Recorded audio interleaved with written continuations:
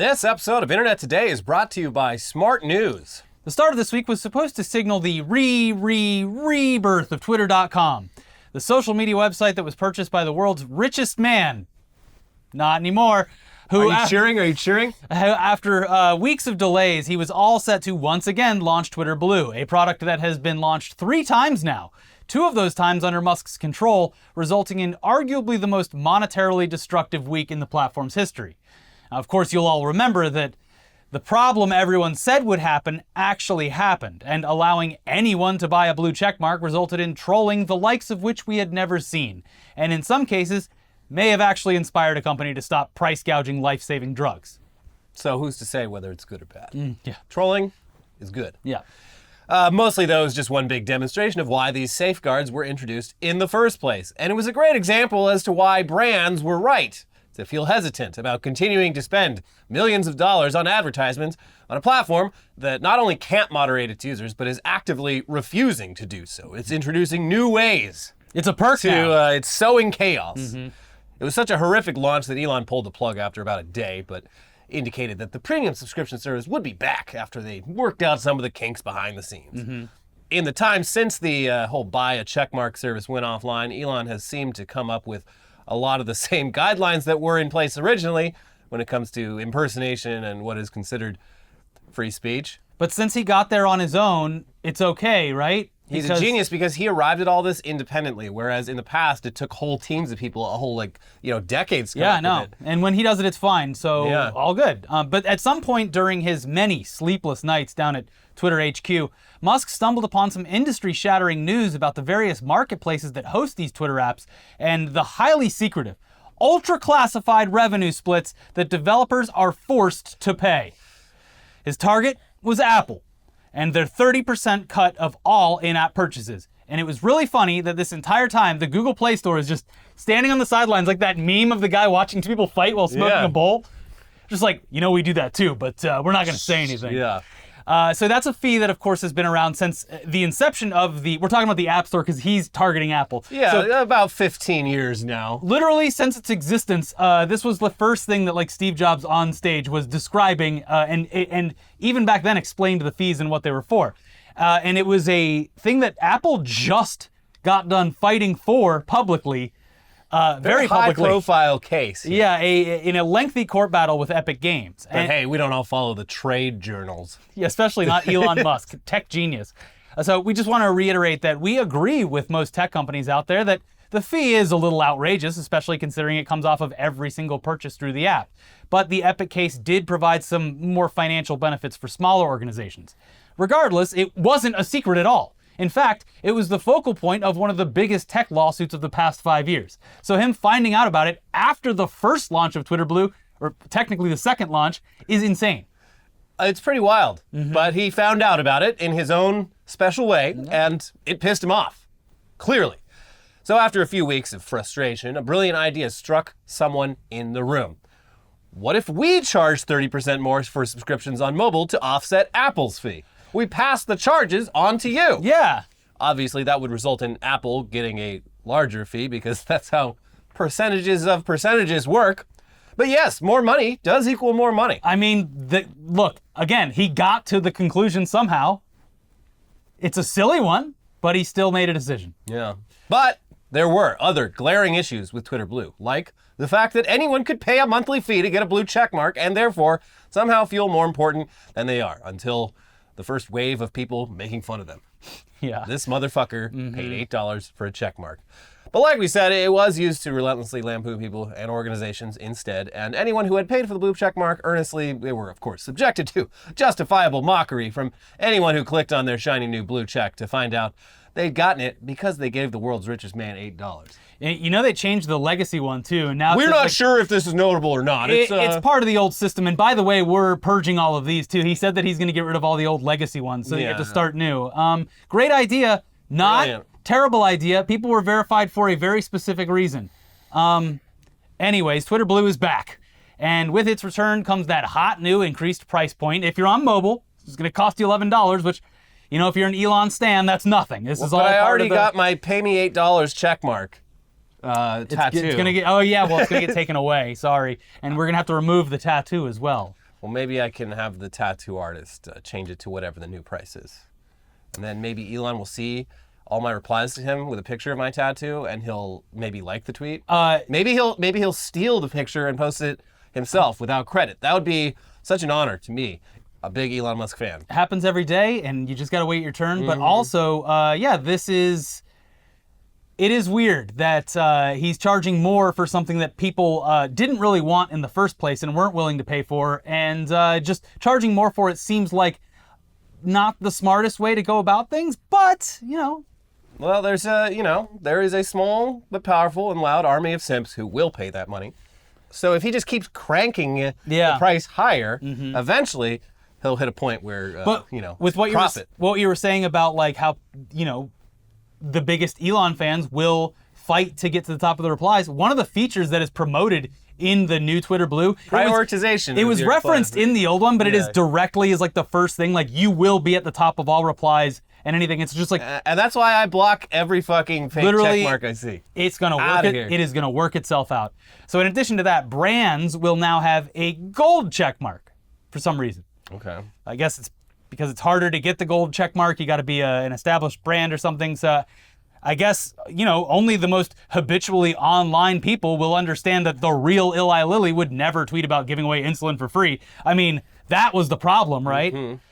So in addition to that, it appears as though they've done away with any subtlety and just straight up say that they are going to be amplifying tweets and replies for paid subscribers, and that verified accounts will have to confirm their phone numbers to avoid toxicity on the platform. There's no way to get around that. And of course, you will become unverified if you do something crazy like, I don't know, change your display name or your profile picture, which is hilarious because specifically right now is the time of year where everyone historically through Twitter's history would change their names and profile pictures to something festive. Yeah. Yeah. Not this year. No. Elon hates Christmas and is clearly waging a war on it. Someone should call Fox News. You hate to see it. There are, of course, countless other problems with all this, like the fact that burner phone numbers are a thing and extremely easily accessible. Yeah. Also, why does anyone care that their reply is higher? This is a feature that is made for desperate clout chasers, losers. Who else would care that their tweet isn't showing up high enough in a celebrity's replies, especially since one of the only celebrities who definitely tweets from their own account is Elon Musk. Everyone else, you're dealing with like a 23-year-old intern. Yeah.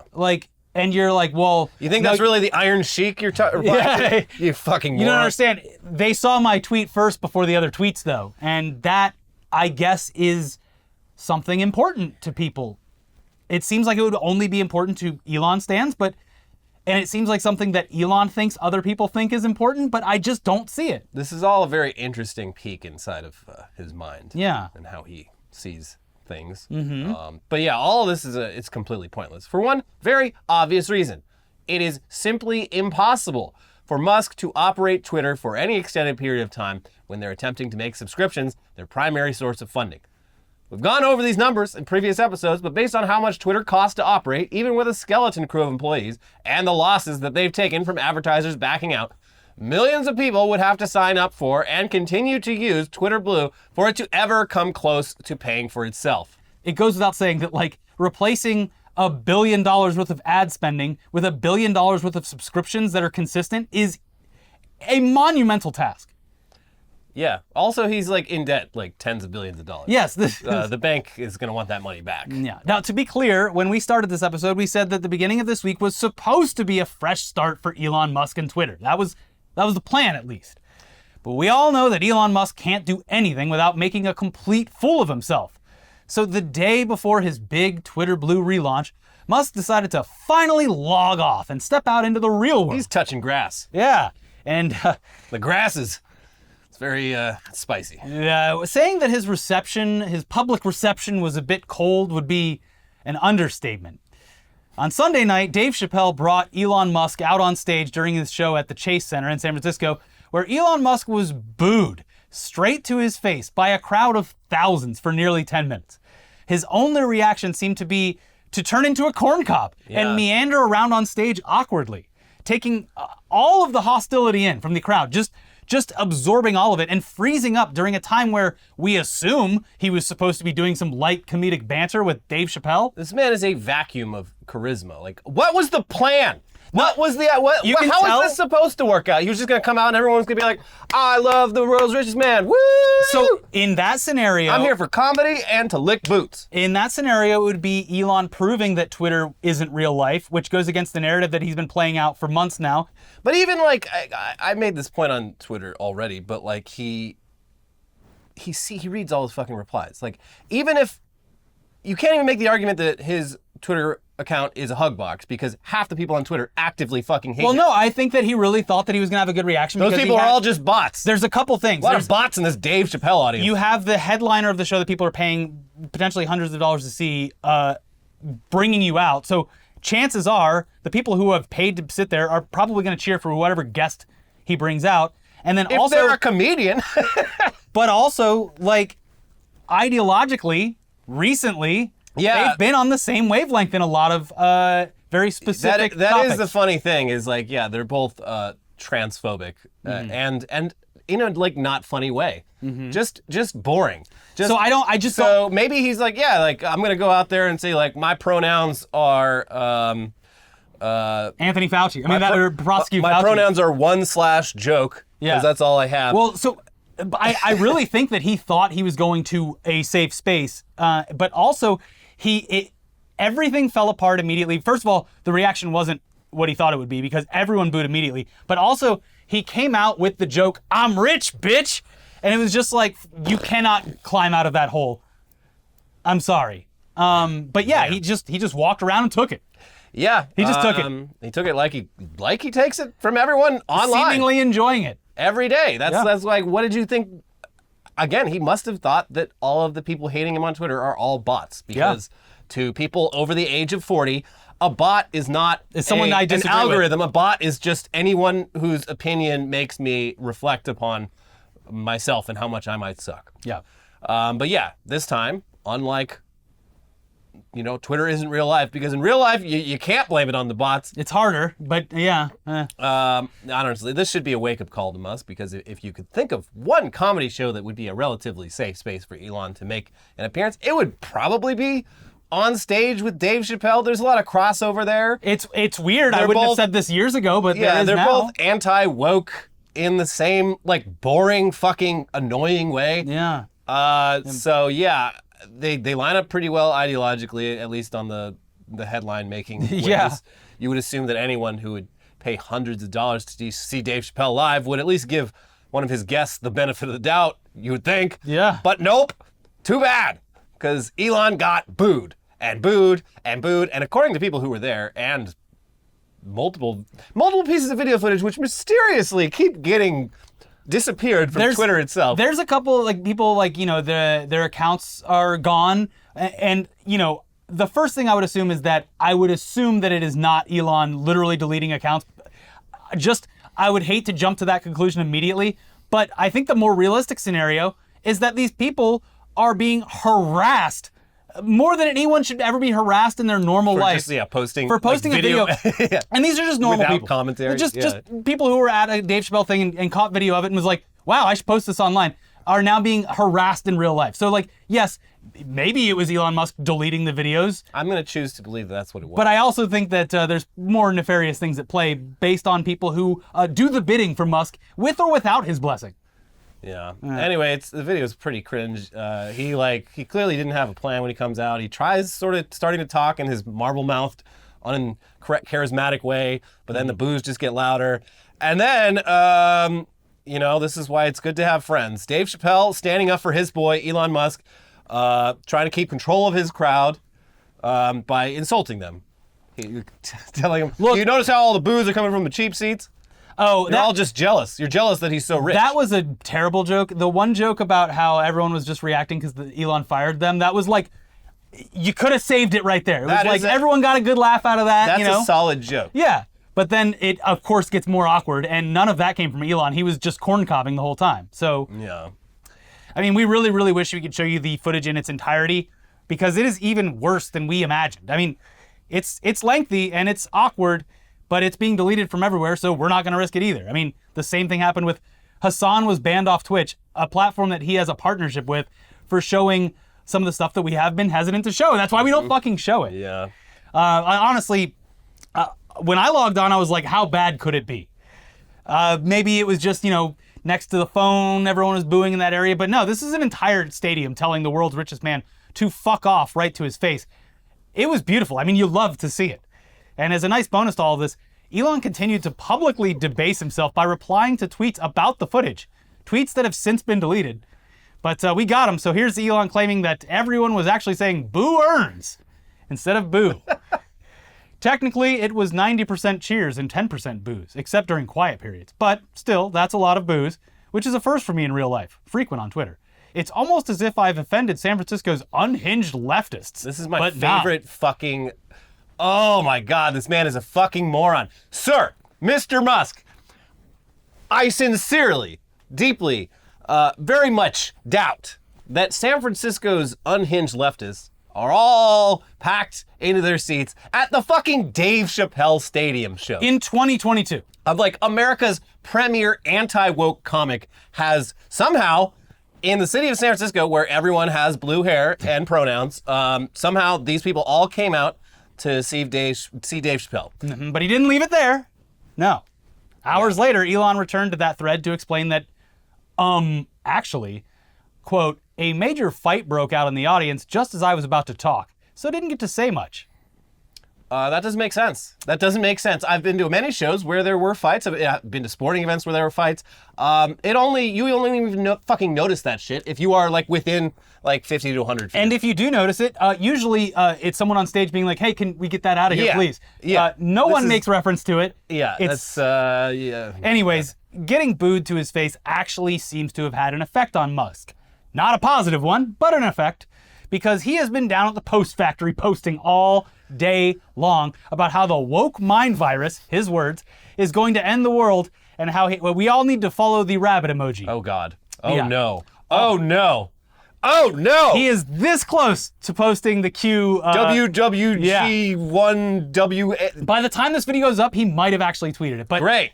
These, of course, are all very normal things to be doing all day long when you are the owner of Twitter, Tesla, SpaceX, and unfortunately, one of the most influential people on the planet. But getting less influential every day. And, the world's better off for it. Yeah. He also went on the offensive against Dr. Anthony Fauci. What year is it? A person who is now fucking retired. What year is this? First, posting a meme where he's instructing Joe Biden to do another lockdown, despite no COVID lockdowns happening during the Biden presidency. It's like, so we've been stuck in 2016 for like 7 years now. Yeah. But we are also stuck in 2020. Yeah. Forever. Mm-hmm. Prosecute Fauci. What are you doing? Yeah. There was no lockdown in this country. If you lived in fucking Florida, every day was the same as it ever was. Also, that was during the Trump administration. Yeah. We should really go after whoever put this Fauci guy in charge. Whatever woke liberal gave this Fauci guy his job. Mm-hmm. Who's that? Ronald Reagan? Sounds like a real woke cuck to me. I just can't imagine how frustrating of a life Fauci's life must be at the end of his career to have to deal with this fucking shit. Well, the great thing is he's like 81 years old, and I can't imagine why he would be spending any time on social media, so it's easy. Go relax. I'm sure he's enjoying some great long-distance jogs and catching up on his reading and living his best life. Yeah. Anyway, Elon then posted that his pronouns, get this, guys, get this. Elon's pronouns. This is his problem. He wasted all his best material on Twitter. And at the Dave Chappelle show. Well, no, but he could have brought this. He could have debuted this on stage. He said that his pronouns are prosecute/Fauci. Woo! Which elicited. The crowd went wild. Yeah, the crowd went mild. Elon, please don't mock and promote hate toward already marginalized and at risk of violence members of the LGBTQ plus community. They are real people with real feelings. Furthermore, Dr. Fauci is a dedicated public servant whose sole motivation was saving lives. It's so like straight to the point and just like said like an adult to Musk. What are you doing? Because, our generation and Generation Z will just be like, shut the fuck up, loser. And here you have, someone who's actually trying to plead with him and explain very succinctly, but also with emotion and empathy, why words mean things, especially when you are Elon Musk.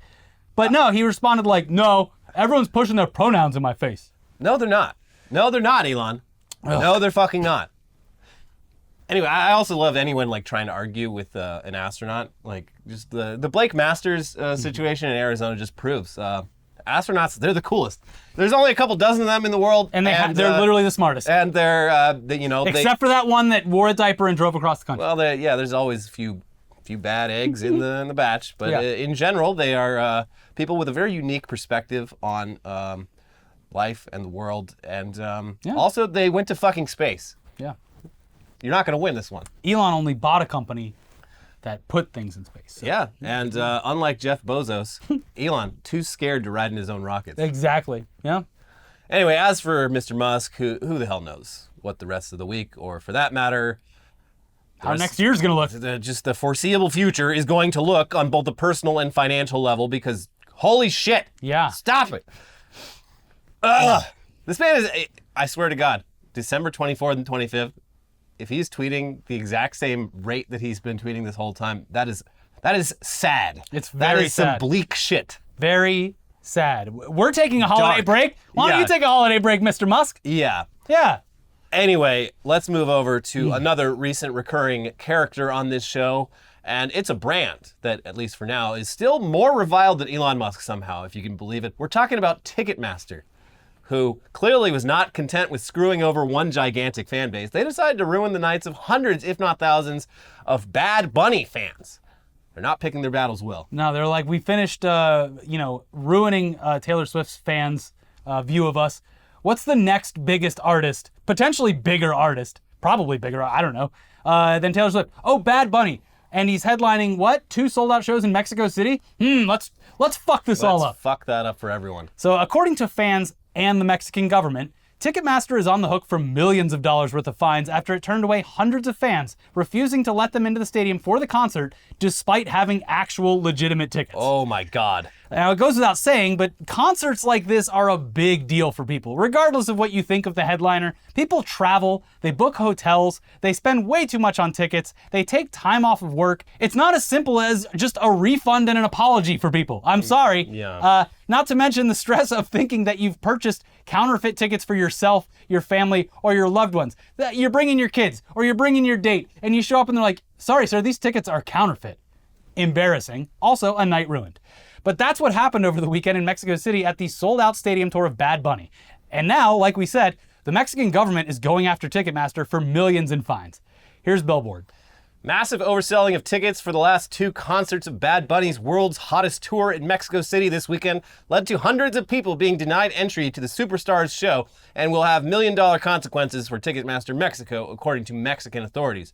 The head of Mexico's Federal Attorney's Office for Consumers, Profeco, Ricardo Sheffield, told the Televisa network on Sunday that those affected must receive a 100% refund plus a 20% compensation, and that the company will also be fined.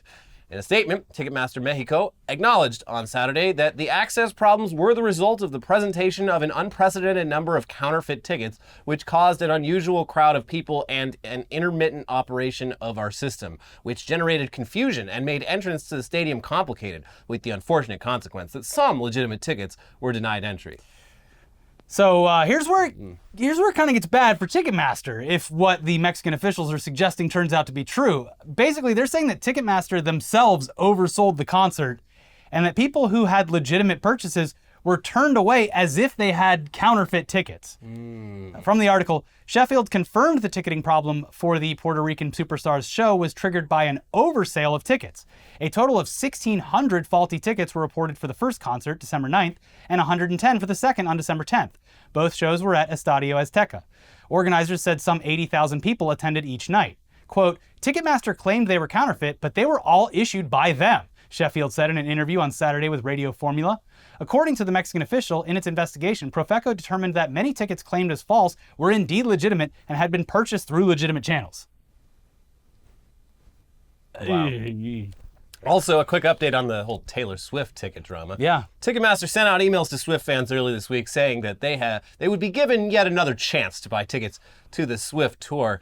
And while we would have to assume that they wouldn't fuck this up a second time, It would be hilarious if they did. Yeah, it would be really funny if they fucked this up once again. Seems like it is completely within their realm to fuck this up again. So we have that to look forward to, as well as the second half of this show. Yeah. But first, we do have to take a break and thank today's sponsor, Smart News. Yeah, there's no shortage of information available at our fingertips these days. It can be overwhelming, discouraging, trying to keep up, but staying informed, it doesn't have to be a challenge. Smart News is here to streamline the way you consume media and get straight to the stories that matter most through delivering critical and breaking news curated just for you. Smart News aggregates local and global stories from trusted publishers so that you can stay informed on what matters most to you, from local weather to trending TV shows, all in one app. Say goodbye to information overload and hello to saving time and getting straight to the news you care about. Easily personalize your feed by following top publishers, adjusting notifications, and getting alerts in your area all in one app. I loaded up the Smart News app before we started filming, and the first thing that I saw was a bit of good news that I might have repeated at the beginning, but I'll say it again. It was a headline that read, "Elon Musk is no longer the richest person in the world." Thanks, Smart News. So Smart News has big stories from top publications to keep you in the know on everything from breaking global and national news to real-time local alerts and personalized feeds for sports fans. Download Smart News for free today in the App Store to get the news that matters most. That's SMARTNEWS. Search for it in the Apple App Store for your iPhone or iPad, or the Google Play Store for Android users. All right, now back into the news with a pretty substantial update from the downfall of FTX. The company's founder and former CEO, who will never be arrested because the Democrats, he gave them all that money. The Democrats they're letting him off the hook. Who tweeted that? Mark my words, the Democrats, they're not going to touch him, this guy. Wait, hold on. Who tweeted that? Because Elon Musk, the world's smartest man. Of course it was Elon Musk. Anyway, he's going to get away with it. So what's the news on Sam Bankman-Fried? Oh yeah, he's been arrested. He's been arrested in the Bahamas. He's going to be extradited back to the United States. Well, that contradicts what I just said. And what Elon Musk tweeted all those days ago. I will not be reflecting upon this. So yeah, oddly enough, this happened, this arrest of Sam Bankman-Fried, or SBF, as he's lovingly known. It happened immediately after SBF publicly claimed that he would not be arrested. Classic. This guy's another one. There's something in the water with these tech guys. They can't shut the fuck up. None of them know how to shut the fuck up. Not only are they stepping on rakes, they are placing them right in front of themselves. Like SBF, ever since this whole thing went down like 3-4 weeks ago, the man has been saying yes to every interview opportunity that comes his way. Yeah, and not even getting like time limits on him. He's like sitting down for like 3-hour interviews. I think that's just it. Maybe it's like that. It's definitely a symptom of like anxiety. It's also in a nefarious sense, it would be like information overload, so that like people have to sift through hours of fucking nonsense. I don't know. I honestly think it's probably just a person who is nervous that their life is over, just rambling. Anyways, here's Vice's motherboard with more. Disgraced FTX founder Sam Bankman-Fried was arrested by Bahamian authorities on Monday at the request of the U.S. government on unspecified charges, a month after his crypto trading empire suddenly collapsed and went bankrupt amid widespread allegations of fraud. Quote, "Earlier this evening, Bahamian authorities arrested Samuel Bankman-Fried at the request of the U.S. government, based on a sealed indictment filed by the SDNY, United States Attorney for the Southern District of New York, Damian Williams, said in a tweeted statement. We expect to move to unseal the indictment in the morning, and we'll have more to say at that time." We got him. Yeah. It continues. Earlier in the day, on a live recording of the Unusual Whales podcast, Bankman-Fried said he did not believe he would be arrested. Quote, "Are you worried you might be detained if you set foot in the U.S.?" Moderator and crypto critic Molly White asked Bankman-Fried. "I don't believe I would be, but I haven't done a deep dive into that. At some point, that's something I need to think harder about," he replied. What the fuck? You haven't examined? Yeah, good. That's a good point you bring up. I should probably start thinking about being arrested. I haven't really looked into whether I broke the law or anything. It was only a couple. Shut the fuck up. It was a couple $1 billion worth of fraud. I don't know. I mean, yeah, I guess I suppose they could. Oh, I mean, did we have a chat room labeled wire fraud? Sure. Did I secretly invest a bunch of money with the Republican Party and didn't acknowledge it because I thought people would make fun of me for it? Sure. But I'm not going to get arrested, says the man who got arrested. Well, now the Democrats have arrested him to silence him because he's doing too many interviews. Oh, yeah. I'm trying to follow the rabbit emoji. Follow the rabbit. Anyway, unfortunately, Mr. SBF did not have very much time to think about why in the world he might be arrested because, like we said, he was arrested immediately after the interview. There are multiple hearings this week related to the FTX collapse, and there should be plenty of interesting, if not baffling and infuriating information that comes out of those, according to Molly White, who also runs Web3's Going Great, which is great, and was the one interviewing SBF today. The hearing with the Senate Banking Committee on Wednesday will include statements from Mr. Wonderful from Shark Tank, who claims he's lost $15 million because of its implosion, which is also very funny. Yes, it'll be very funny to see him so angry. Not so wonderful. Oh, it was a bad investment. Can you believe it? You know, sometimes the shark bites into a buoy. Breaks all its little teeth. Sometimes the shark bites into a scuba tank. And a crafty gentleman with a rifle makes quick work of that shark. Smile, you son of a bitch. And then you smile and boom, you're mincemeat. But speaking of crypto chickens coming home to roost, a class action lawsuit has now been filed against all those celebrities that were peddling Bored Apes. Hell yeah. All over your social media feeds and TV screens, claiming that they were involved in a scheme to defraud investors. Because they were. So yeah, that clip of Jimmy Fallon showing Paris Hilton his stupid ape is going to be archived in the history book somewhere. That is a pivotal moment for whatever reason in all of our lives. Yeah. The day he showed off his ape to Paris Hilton. Here's Variety with more on the lawsuit. In the complaint filed December 8th in federal district court in LA, Yuga partners, including veteran music manager Guy Alcieri, are named among the 37 defendants, who include Kevin Hart, Gwyneth Paltrow, Madonna, Justin Bieber, Serena Williams, Jimmy Fallon, Paris Hilton, Snoop Dogg, The Weeknd, Post Malone, and NBA star Steph Curry. The lawsuit seeks monetary damages of at least $5 million on behalf of the plaintiffs and the putative class of all others similarly situated.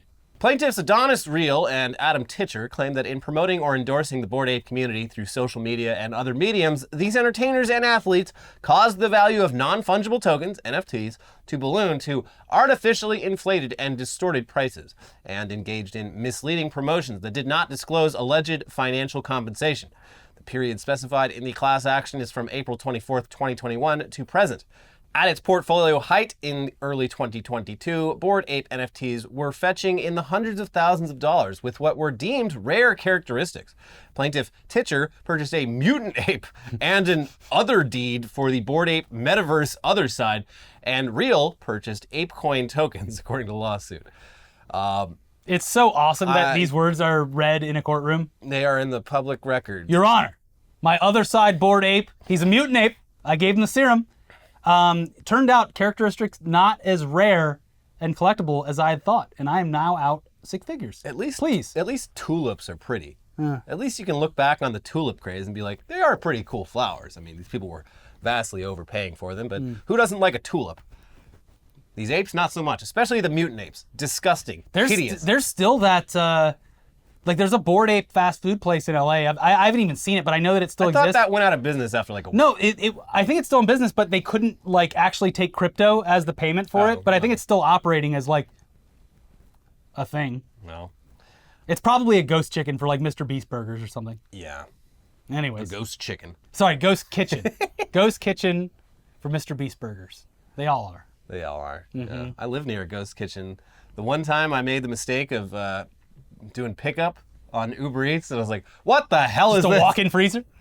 I had to park near the loading dock, and it was real embarrassing. It was me and a bunch of actual. Hi, Uber what did Eats you drivers. order from? Which of the 12 restaurants did you order from? Yeah, it was.